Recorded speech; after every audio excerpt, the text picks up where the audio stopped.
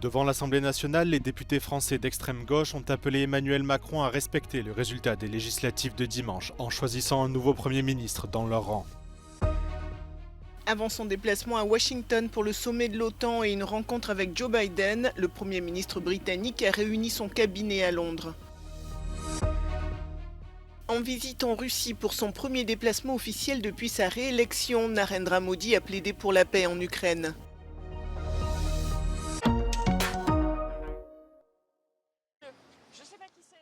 Les députés du parti d'extrême gauche, la France Insoumise, se sont réunis devant l'Assemblée nationale mardi pour réclamer que le nouveau Premier ministre soit choisi dans leur rang. Devant le Palais Bourbon, la présidente du groupe LFI à l'Assemblée, Mathilde Panot, a exhorté le président de la République à respecter le vote des Français. Nous avons gagné les élections législatives. Nous sommes avec le nouveau Front populaire aujourd'hui la première force politique à l'Assemblée nationale, c'est l'issue du scrutin de ce dimanche, et nous exigeons qu'Emmanuel Macron respecte le vote populaire. Mais certains contestent la légitimité de la coalition de gauche. Personne n'a de majorité à l'Assemblée, aucun bloc, quoi que certains disent. Et les Français nous ont envoyé, à mon sens, un message très clair. Ils n'ont pas voulu donner de majorité absolue à un quelconque groupe politique. Donc ils nous enjoignent de nous entendre, de travailler ensemble, et c'est ce que nous devons faire. Dans une déclaration commune publiée ce mardi, les partis du nouveau Front populaire ont mis solennellement en garde le président de la République contre toute tentative de détournement des institutions. Un à un, les nouveaux membres du cabinet de Keir Starmer arrivent au 10 Downing Street, la résidence du Premier ministre. Certaines de ces figures politiques sont bien connues des Britanniques.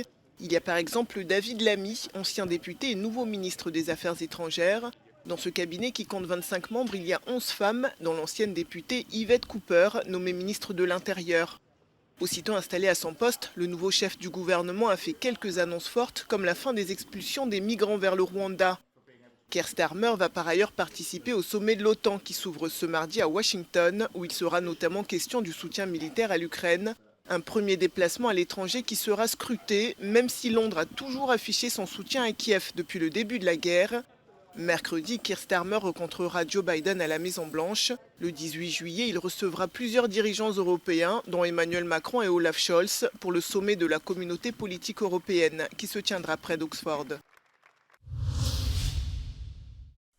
Une nouvelle opération israélienne dans le centre-ville de Gaza à la recherche de terroristes du Hamas et du djihad islamique qui se seraient selon elle regroupés dans cette zone. L'armée israélienne a de nouveau envoyé ses chars et ses soldats et entamé cette offensive ce week-end. Une décision critiquée par le Hamas qui négocie en ce moment même un accord de cessez-le-feu avec l'État hébreu. Ses dirigeants ont déclaré qu'une telle action pourrait avoir, je cite, des répercussions désastreuses sur les pourparlers. Après 9 mois d'un conflit destructeur, Israël et le Hamas n'ont jamais été aussi proches d'un accord de cessez-le-feu. Le Hamas a en effet renoncé à une exigence essentielle, à savoir qu'Israël s'engage d'emblée à mettre un terme à la guerre. Le Premier ministre israélien Benjamin Netanyahou reste cependant indécis, toujours sous l'influence de l'aile dure de son gouvernement qui le menace de faire chuter sa coalition en cas d'accord de cessez-le-feu. Des milliers de Palestiniens ont donc été contraints une fois encore de quitter la ville au cours des derniers jours pour se rendre dans le sud de la bande de Gaza. Les Nations Unies indiquent que les derniers ordres d'évacuation d'Israël dans la ville de Gaza affectent plus de 60 écoles abritant des Palestiniens déplacés, ainsi que 2 hôpitaux partiellement fonctionnels. Après un tête-à-tête, Vladimir Poutine et Narendra Modi apparaissent devant les caméras. Il s'agit du premier déplacement officiel du Premier ministre indien depuis sa réélection et sa première visite à Moscou depuis l'invasion de l'Ukraine. Face à celui qu'il considère comme son ami, Narendra Modi a plaidé pour la paix.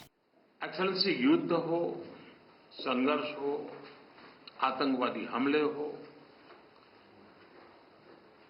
मानवता में विश्वास करने वाला हर व्यक्ति जब जानहानि होती है तब बहुत पीड़ित होता है, लेकिन उसमें भी जब मासूम बच्चों की कत्ल होती है, मासूम बच्चों को मरते हुए देखते हैं, तब हृदय छलनी हो जाता है और वो दर्द बहुत भयानक होता है. В прошлом году товарооборот увеличился на 60%. В том числе пытаетесь найти какие-то пути к решению и украинского кризиса, и, конечно, прежде всего мирным путем. Volodymyr Zelensky a jugé ce déplacement dévastateur pour la paix en Ukraine. Malgré les récentes pressions occidentales, Moscou et New Delhi ont gardé une relation étroite depuis la guerre froide. L'Inde a refusé de prendre clairement parti dans le conflit en Ukraine et s'est abstenue de voter les résolutions de l'ONU contre la Russie. Leurs relations commerciales ont aussi connu un essor, passant de 10 milliards de dollars avant la guerre en Ukraine à environ 60 milliards entre 2023 et 2024. La Norvège envisage de restreindre la vente de biens immobiliers aux étrangers sur le modèle d'un système récemment mis en place par la Finlande. Les ressortissants de pays ne faisant pas partie de l'UE ou de l'espace économique européen doivent désormais obtenir un permis pour acheter un bien immobilier sur le sol finlandais.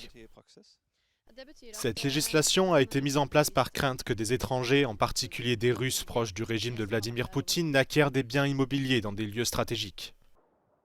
Le même danger plane sur la Norvège, où la chaîne de télévision TV2 a révélé que des Russes liés au Kremlin avaient acheté des chalets près de zones militaires importantes. Det har vært en viktig sak for regjeringen helt siden vi tiltrådte høsten 2021 å styrke regelverket, sette nasjonal sikkerhet høyere og sørge for at vi har mulighet til å for eksempel stoppe eiendomssalg hvis det skulle være nødvendig. Le gouvernement norvégien a indiqué qu'il travaillait sur un système de préapprobation des transactions immobilières, similaire à celui de la Finlande.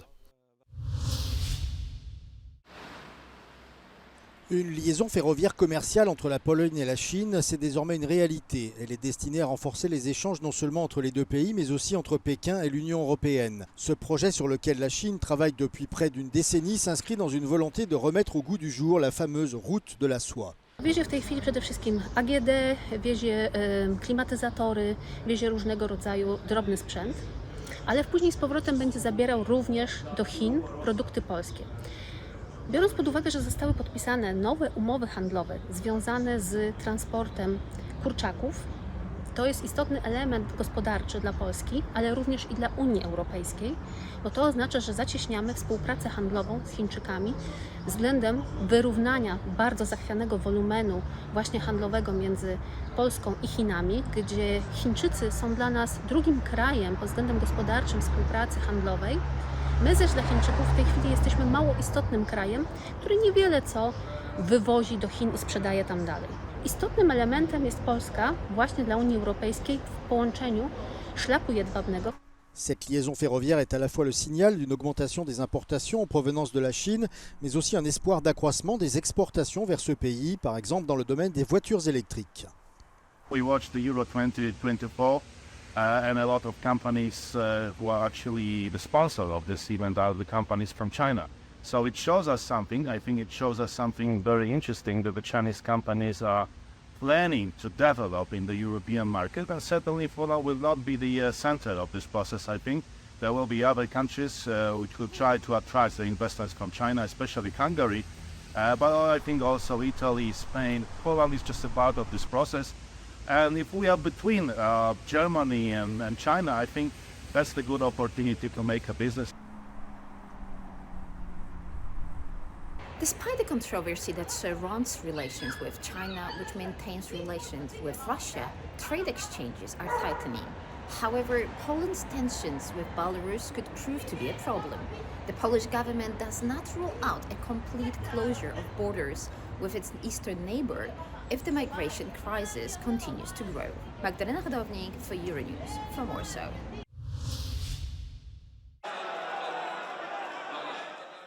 Malgré des années de sanctions occidentales et de protestations internes en Iran, l'UE devrait s'attendre à des changements modérés dans le dialogue avec Massoud Pezeshkian. Le candidat réformateur a remporté les élections présidentielles le week-end dernier contre Saïd Jalili. Massoud Pezeshkian promet de tendre la main à l'Occident, mais ne recherche pas des changements radicaux dans la théocratie chiite, dirigée par le guide suprême, l'ayatollah Ali Khamenei. Dès la publication de résultats, premier emplacement qu'il a choisi pour faire une annonce publique, c'était le tombeau de Ayatollah Khomeini, c'est-à-dire plus conservateur que lui, vous ne trouvez pas pour l'instant. Mais en même temps, il dit, je suis d'accord pour certaines retouches réformatrices qui nous permettent à la fois de travailler avec ceux qui n'entendent pas tellement dans dans le cas des institutions iraniennes, de la République islamique iranienne, mais aussi peut-être c'est une voie de sortie de la crise actuelle. Pour contenir le programme d'uranium enrichi du régime, le plan d'action global conjoint a été signé en 2015 entre l'Iran et les puissances occidentales, y compris l'UE. Toutefois, l'accord est au point mort et les réserves d'uranium enrichi sont maintenant plus de 20 fois supérieures à la limite convenue, selon les Nations Unies. La République islamique est à 2 pas de la fabrique de la bombe atomique. Donc, on n'a plus le luxe de temps de M. Borrell de faire laisser le temps pendant des années et des années. L'Europe doit préparer ces différents dossiers en collaboration avec les États-Unis d'Amérique et bien sûr les grands acteurs de la région du Proche-Orient.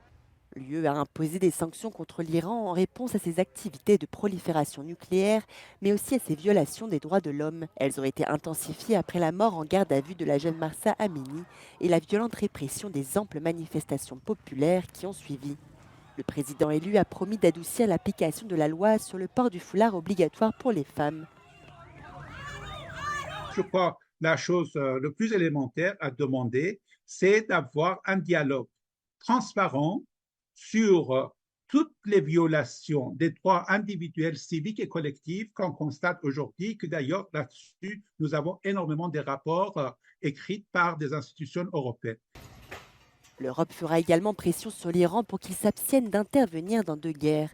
D'un côté pour qu'il cesse de fournir des drones à la Russie que Moscou utilise dans sa guerre contre l'Ukraine, d'autre part pour qu'il arrête de soutenir au Moyen-Orient les milices armées classées organisations terroristes par de nombreux États comme le Hezbollah au Liban et les Houthis au Yémen.